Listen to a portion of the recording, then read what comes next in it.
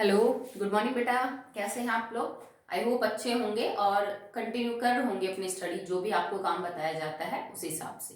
तो आपका जो फर्स्ट चैप्टर है वो कंप्लीट हो चुका है, उसके हमने आधे से ज्यादा क्वेश्चन कर लिए हैं और बाकी जो है वो रिवीजन के लिए छोड़े, क्योंकि ज्यादा सिलेबस था नहीं केमिस्ट्री में, 4 ही चैप्टर हैं, एक के साथ हम डन हैं।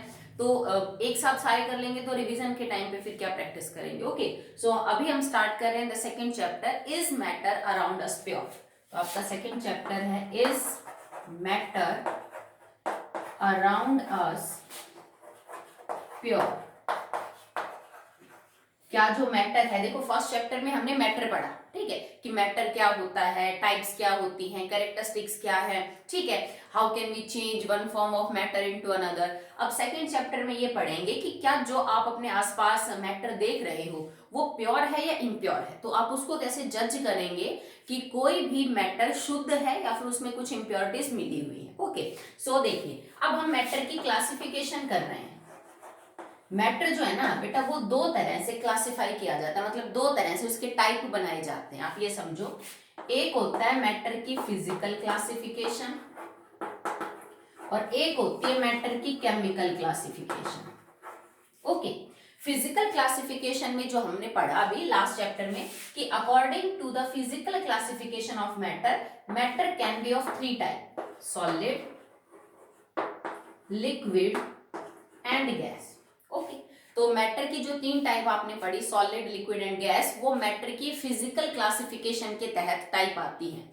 अगर हम केमिकल क्लासिफिकेशन की बात करें तो केमिकल क्लासिफिकेशन थोड़ी और ज्यादा डिटेल है, ठीक है। सबसे पहले matter according to chemical classification can be a pure substance, can be a mixture.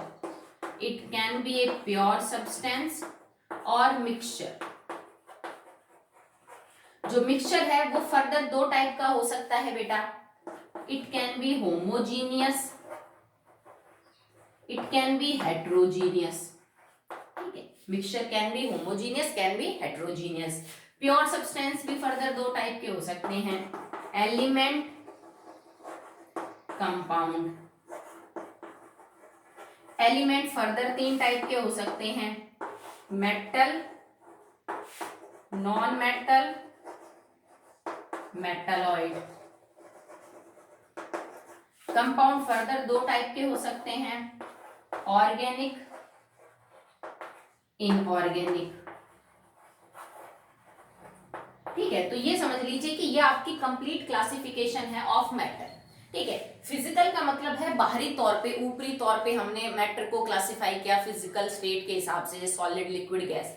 Chemical में हम मैटर जो है उसकी कंपोजिशन में चले जाते हैं कि वो किससे मिलके बना है, उसकी केमिकल प्रॉपर्टीज वगैरह के हिसाब से हमने क्लासिफाई किया है। तो ये तो हम जो फर्स्ट चैप्टर है आपका उसमें पढ़ चुके हैं, तो अभी हम इसको डिस्कस नहीं करेंगे। ये तो मैंने आपको शुरुआत बताई है कि एक्चुअली अब जो हम पढ़ेंगे वो कहां से निकल के आया है। तो फर्स्ट चैप्टर में मैटर पढ़ा, होता क्या है, कैरेक्टरिस्टिक क्या पढ़ी, मैटर की फिजिकल क्लासिफिकेशन पढ़ी हमने फर्स्ट चैप्टर में।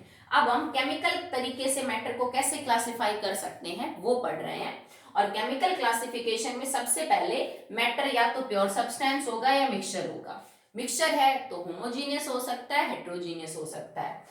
प्योर सब्सटेंस है तो एलिमेंट भी हो सकता है, कंपाउंड भी हो सकता है।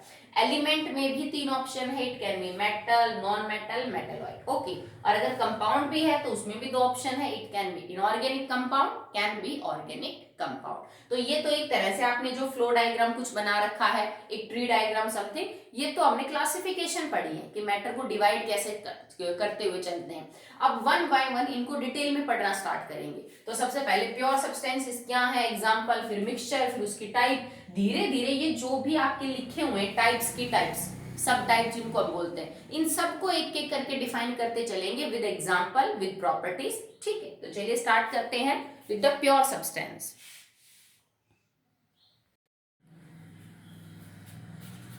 नेक्स्ट इज बेटा प्योर सब्सटेंस। तो अब हम इसको डिटेल में पढ़ेंगे। प्योर सब्सटेंस, तो प्योर का मतलब है शुद्ध और सब्सटेंस मतलब कोई भी पदार्थ के बारे में हम बात कर रहे हैं। तो जब मैटर को आप क्लासिफाई करते हो अकॉर्डिंग टू केमिकल बिहेवियर, तो सबसे पहले प्योर सब्सटेंस आता है। तो प्योर सब्सटेंस वो है बेटा जिसमें सिर्फ एक टाइप के पार्टिकल मौजूद हो, ठीक है। तो pure substance is the matter that contains that contains only one type of particles। ठीक है, तो प्योर सब्सटेंस हम उसको बोलेंगे जो खाली एक टाइप के जो पार्टिकल है उनको पोजेस करता है, उसमें और किसी टाइप के पार्टिकल नहीं होते। जैसे मान लीजिए आपके पास एक बड़ा सा बैग में और उसमें सारी बॉल बिल्कुल एक जैसी है, साइज शेप में सबका कलर एक जैसा है, तो वो एक प्योर सब्सटेंस की तरह आप देख सकते हैं उसको कि भाई उसमें सारी चीजें बिल्कुल एक जैसी है, कोई भी दूसरी चीज नहीं है, एक दूसरे से किसी मायने में भी वो अलग नहीं है एंड आइडेंटिकल है सब, तो उसको हम प्योर सब्सटेंस बोलेंगे। Pure substance is the matter that contains only one type of particle and it is homogeneous in nature।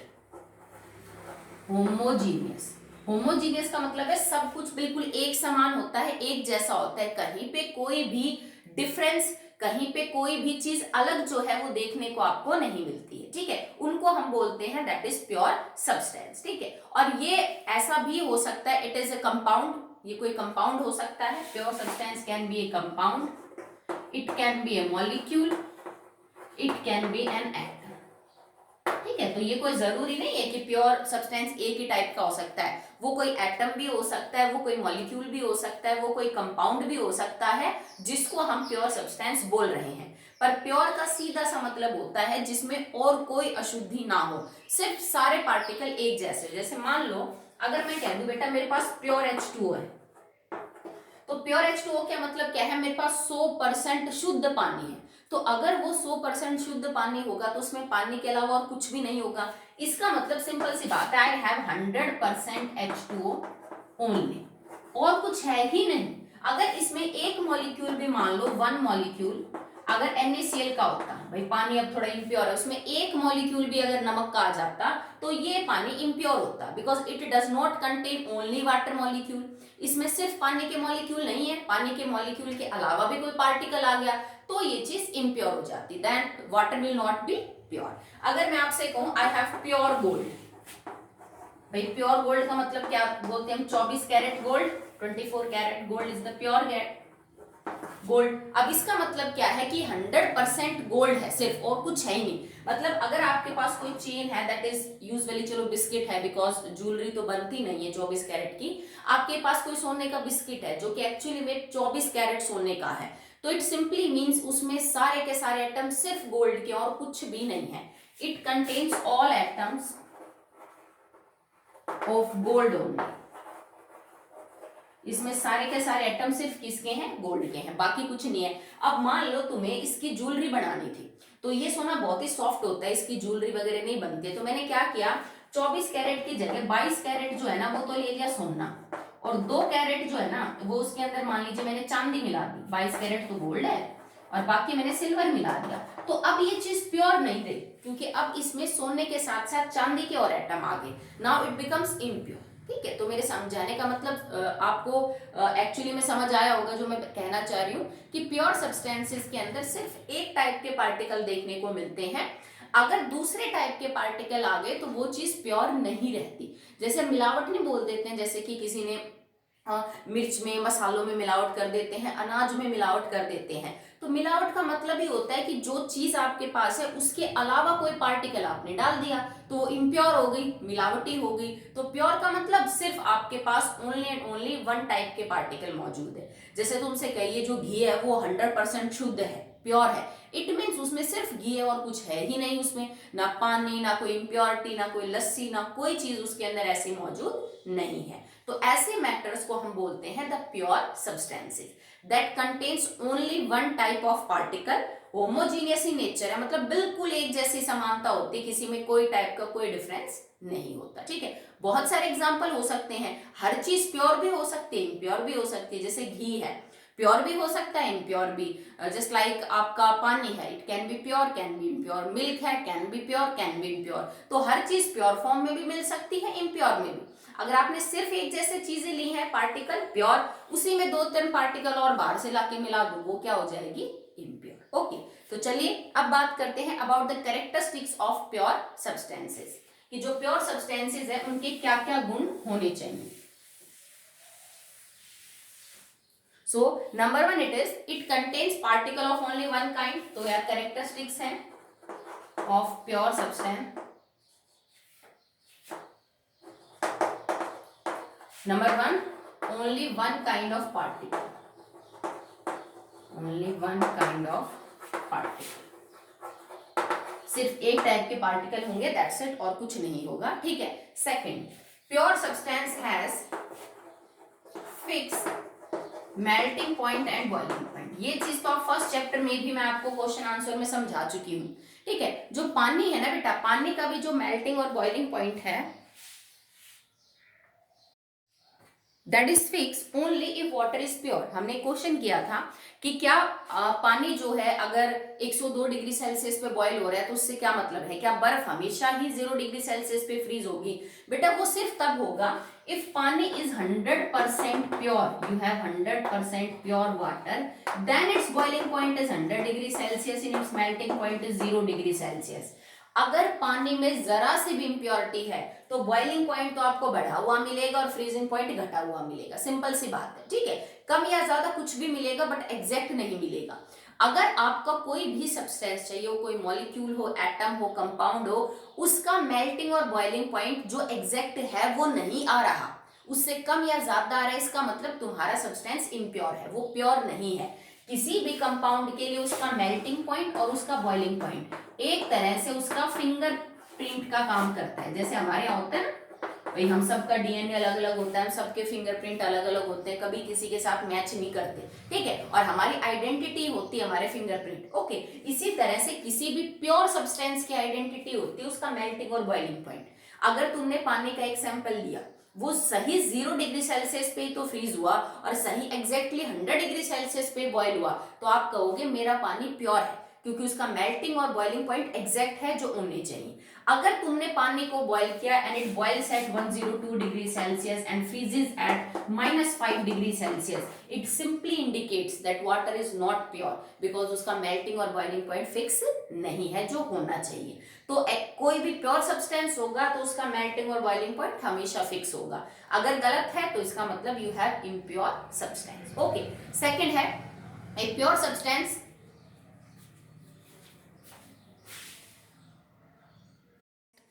the third point is that pure substance cannot be separated by physical method. So pure substance cannot be separated by physical methods. आप किसी भी physical method से उन particles को अलग अलग नहीं कर सकते। जैसे मान लो मेरे पास पानी है 100% प्योर, या फिर नमक लगा लो, आपके पास 100% शुद्ध नमक है, तो आप ऐसा नहीं कर सकते कि नमक का एक मॉलिक्यूल उठा के यहाँ रख दे, दूसरा उधर रख दिया, नमक का इवोपोरेशन करके मॉलिक्यूल अलग अलग कर दे, नहीं। अगर आप किसी प्योर सब्सटेंस में से पार्टिकल को अलग अलग करना चाहते हो तो आप फिजिकल मेथड यूज नहीं कर सकते। फिजिकल का मतलब है कोई केमिकल तरीका यूज नहीं किया, जैसे इवोपोरेशन कर दिया, छान लिया, या फिर मान लीजिए हैंड पिकिंग, हाथ से उठा के किसी चीज को अलग कर देना, ये सब फिजिकल मेथड है। तो आप ऐसा कभी नहीं कर सकते ना कि पानी के अंदर से 10 H2 इधर कर दे, 10 इधर कर दी, नहीं हो सकता।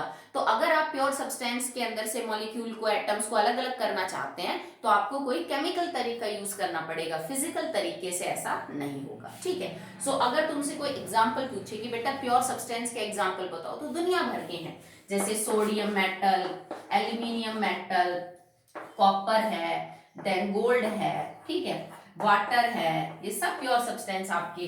For example hydrochloric acid HCl है, कैल्शियम कार्बोनेट है, ये सब आपके सब्सटेंसेस क्या है, प्योर। इनके अंदर और कुछ चीजें नहीं मिलेंगी। मिक्सचर क्या हो जाते हैं भाई, प्योर से अपोजिट क्या है, मिक्सचर। तो जो चीज प्योर नहीं है वो मिक्सचर है, इसका मतलब उनमें एक से ज्यादा चीजें हैं। जैसे तुम नमक और पानी को घोल दो तो भाई उस सॉल्यूशन में पानी भी और नमक भी, दो टाइप के पार्टिकल हो गए, वो प्योर नहीं है। जैसे तुमने क्या किया, चाय बनाई, तो चाय में चाय पत्ती भी होगी, उसमें चीनी भी होगी, उसके अंदर दूध भी होगा, तो कई सारे पार्टिकल मिक्स हो गए, it is not a pure substance, ठीक है। जैसे आपने दूध ही ले लिया तो दूध भी प्योर सब्सटेंस नहीं है, उसमें भी फैट और क्या होता है, वाटर। जैसे पेट्रोल डीजल है, वो भी प्योर सब्सटेंस नहीं है, क्योंकि उनके अंदर कई सारी चीजें आपस में मिक्स होती हैं। जैसे LPG है, LPG is not a pure substance, क्यों, क्योंकि उसमें कई सारी गैस को हमने मिक्स करके आपस में भर रखा है, ठीक है। तो प्योर सब्सटेंस वो है जिसमें सिर्फ एक टाइप के पार्टिकल है। अब मान लो कि तुमने तीन चीजों को मिक्स कर दिया, A, B और C को मैंने मिला दिया, तो इसमें तो अलग अलग टाइप के पार्टिकल हो गए ना, ए के भी पार्टिकल हैं, बी के भी पार्टिकल और सी के भी पार्टिकल हैं, तो ये तो प्योर सब्सटेंस नहीं है। अब आपने एक कंपाउंड ले रखा है, आपने एक मैटर लिया, उसमें सारे पार्टिकल बिल्कुल ए है और कुछ है ही नहीं, ठीक है। हो सकता है ये ए कोई एटम हो सकता है तुम्हारा पार्टिकल कोई कंपाउंड हो सकता है तुम्हारा पार्टिकल कोई मॉलिक्यूल हो, डजंट मैटर, पर वो सारे मॉलिक्यूल सारे कंपाउंड एक जैसे होने चाहिए। जैसे मैं तुमसे कहूं भाई मेरे पास प्योर कैल्शियम कार्बोनेट है, इसका मतलब सारे मॉलिक्यूल कैल्शियम कार्बोनेट के हैं और कुछ है ही नहीं इसके अलावा, ठीक है। अगर मैं इसमें थोड़ा सा भी मान लीजिए पानी डाल दूं कि भाई मैंने तो कैल्शियम कार्बोनेट को थोड़ा पानी में घोल दिया, now it's not a pure substance, अब ये प्योर सब्सटेंस नहीं है। क्यों? क्योंकि तुम्हारे सॉल्यूशन में दो टाइप के पार्टिकल हो गए, एक कैल्शियम कार्बोनेट वाले हो गए और एक पानी वाले हो गए, तो इसको हम क्या नहीं कहेंगे, प्योर सब्सटेंस नहीं कहेंगे, ठीक है। तो आपको होमवर्क क्या रहेगा, आपको 10 एग्जाम्पल लिखने, जो बुक में दे रखे हैं वो तो लिखना, उसके अलावा 10 एग्जाम्पल और लिखना प्योर सब्सटेंस के, जो आप डेली रूटीन के अंदर देखते हो, जो भी आपके घर में यूज किए जाते हैं, ठीक है। तो नेक्स्ट करते हैं about impure substances. The next topic is opposite of pure substances, impure substances. भाई अगर प्योर है तो उसका अपोजिट क्या होगा, इम्प्योर। तो इम्प्योर सब्सटेंसेस वो होंगे जिसमें सिर्फ एक टाइप के पार्टिकल नहीं होंगे, उसमें एक से ज्यादा टाइप के पार्टिकल हैं, तो इम्प्योर सब्सटेंसेस को हम बोलते हैं mixtures, okay. So mixture are the matters form that contain more than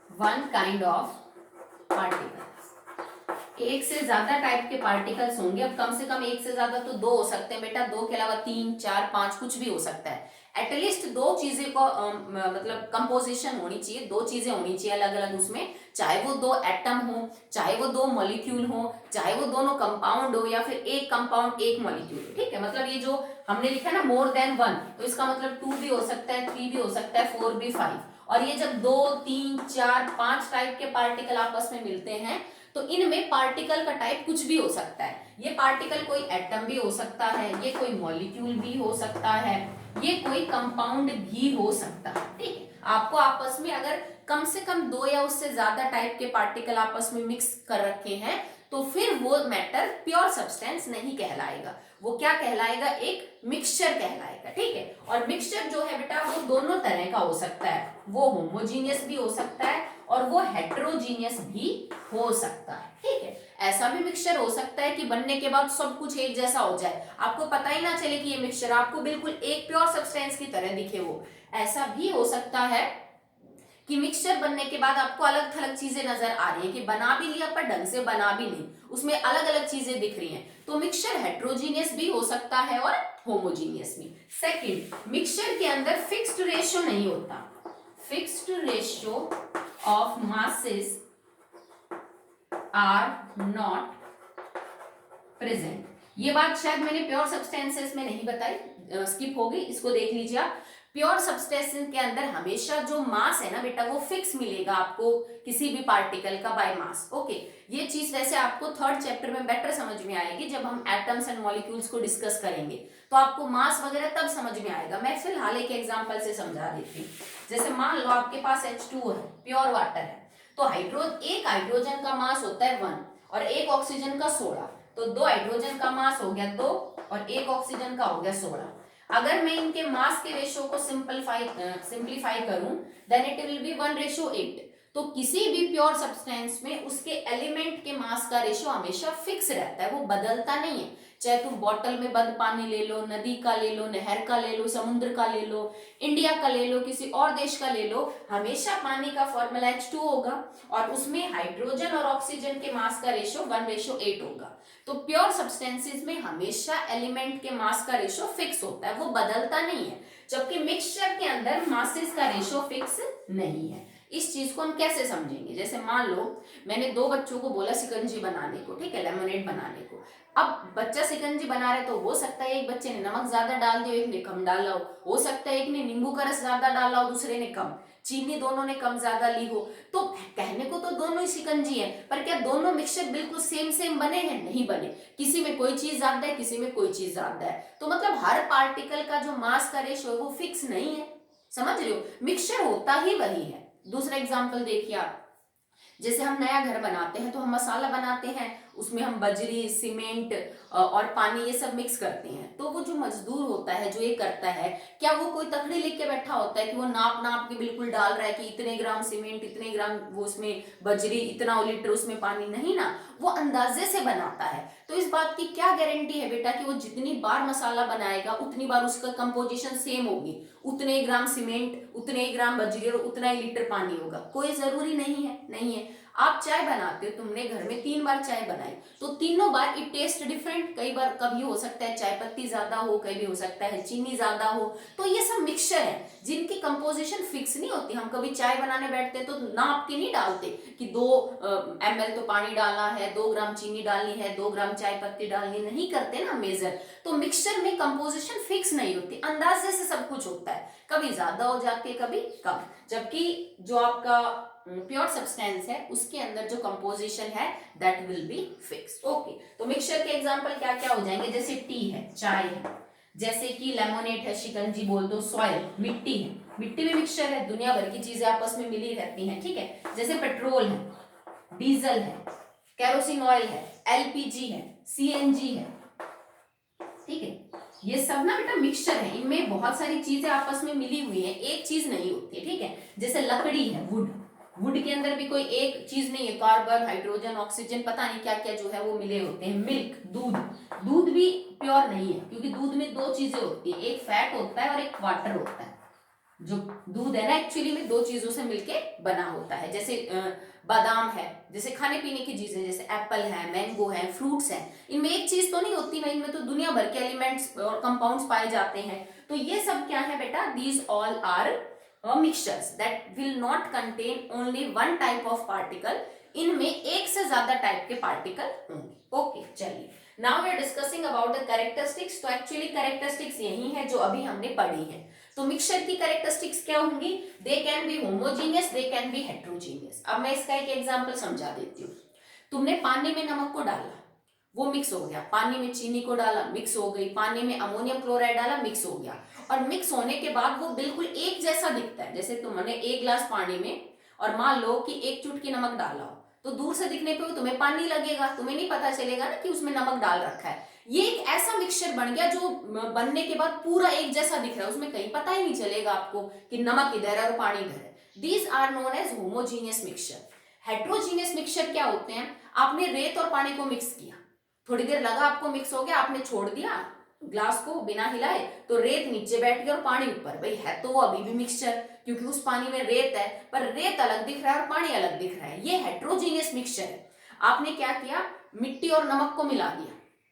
अब मिला तो दिया, मिक्सचर तो बढ़ गया, पर नमक के सफेद पार्टिकल अलग दिखेंगे, मिट्टी जो ब्राउन कलर की है वो आपको अलग दिखेगी। तो यहाँ पे मिक्सचर कैसा हो गया? हेट्रोजीनियस। आपने सरसों का तेल और पानी को मिक्स किया, दोनों मिक्स नहीं होंगे, सरसों का तेल ऊपर फ्लोट करेगा, पानी नीचे रहेगा, तो है तो सॉल्यूशन, क्योंकि 2 टाइप के पार्टिकल है उसमें, पर वो मिक्स नहीं हो रहे प्रॉपरली, कंपोजिशन एक जैसी नहीं है, कहीं कुछ है कहीं कुछ है। इस टाइप के मिक्सचर क्या कहलाते हैं? Heterogeneous mixture. तो मिक्सचर दोनों टाइप के हो सकते हैं, हेट्रो भी हो सकते हैं और होमो भी हो सकते हैं।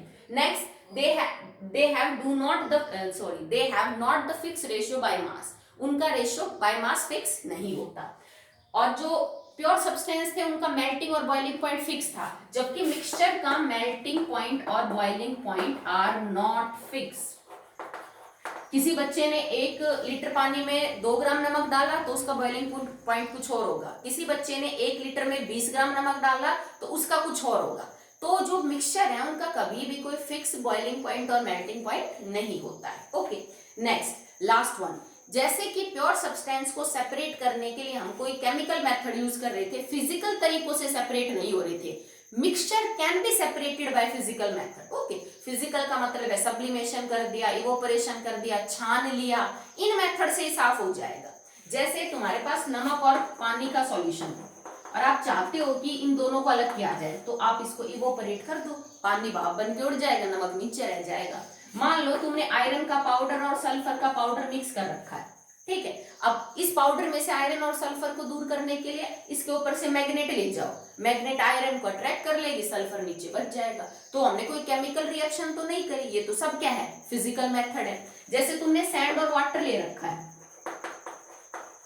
ठीक है। अब इसको आप छान लो, फिल्टर पेपर लगा के, पानी नीचे आ जाएगा, रेत ऊपर रह जाएगा। तो इस टाइप के मिक्सचर्स को सेपरेट करने के लिए फिजिकल तरीकों से ही बात बन जाती है। आपको चाय में से चाय पत्ती को, चाय को अलग करना है, आप फिर छान लीजिए उसको छलनी में से, चाय पत्ती ऊपर रह जाएगी और नीचे क्या आ जाएगा आपका, दैट इज टी। तो इनके लिए फिजिकल मेथड ही काफी होते हैं, कोई स्पेशल मेथड आपको यूज करना नहीं पड़ता। ठीक है, अभी तक हमने सिर्फ केमिकल क्लासिफिकेशन में दो टाइप की हैं बेटा, one is pure substance and one is mixture. तो आज के लिए इतना ही, आगे हम टाइप्स ऑफ प्योर सब्सटेंसेस करेंगे।